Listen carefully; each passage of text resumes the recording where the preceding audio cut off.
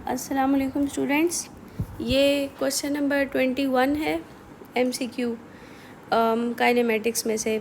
इस क्वेश्चन को डिस्कस करने की रीज़न ये है कि इसमें टेंशन फोर्स के बारे में डिस्कशन हुई है, तो ये आप लोगों को ज़रूर इसका आइडिया होना चाहिए कि इसकी डायरेक्शन कैसे होती है। तो इस क्वेश्चन में थोड़ा सा एक्सप्लेन हो जाएगा। ये कह रहे हैं कि a tractor of mass 1000 kg is connected by a tow bar to a trailer of mass 1000 kg। ये ट्रैक्टर है, आपके सामने बना हुआ है, और ट्रेलर जो है ये दोनों कनेक्टेड हैं एक टो बार से। The total resistance to motion has a constant value of 4000 newton. जो रेजिस्टिव फोर्स टोटल लग रही है मूवमेंट के ऊपर वो 4000 है, और इस रेजिस्टेंस का 1/4 जो है वो ट्रेलर पे एग्जर्ट हो रहा है। ये देखें आपके सामने 1/4 of this resistive force that is equal to 1000 वो ट्रेलर पे लग रही है, और वो यहाँ पे हमने ड्रॉ कर लिया है। इसके बाद अब क्वेश्चन में वो पूछ रहा है कि when the tractor and trailer are moving along horizontal ground at a constant speed of 6 metre पर सेकेंड।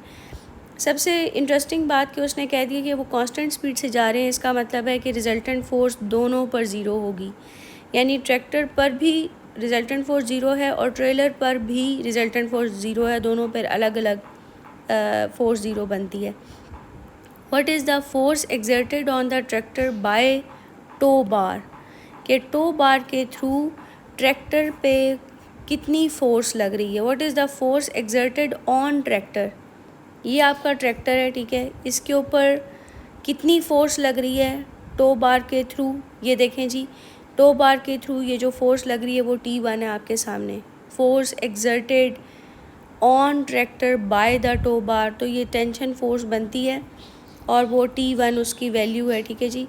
ये आपके सामने नज़र आ रहा है। अब हम इसको एग्ज़ामिन करते हैं कि इसको कैसे सॉल्व करना है।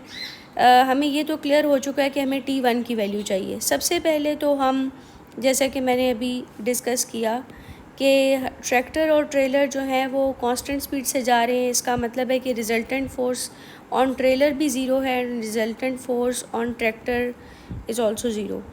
तो सबसे पहले हम ट्रेलर ले लेते हैं। ट्रेलर के ऊपर रिजल्टेंट फोर्स ज़ीरो है, और हमें पता है कि फॉरवर्ड फोर्स उसके ऊपर टेंशन फोर्स है, ठीक है, जो कि आगे की तरफ लग रही है, आप देख सकते हैं, यानी कि ये वाली टेंशन फोर्स फॉरवर्ड डायरेक्शन में लग रही है। इसी वजह से तो ट्रेलर आगे मूव कर रहा है, वरना ट्रेलर का अपना कोई इंजन नहीं है, कोई ड्राइविंग फोर्स नहीं है।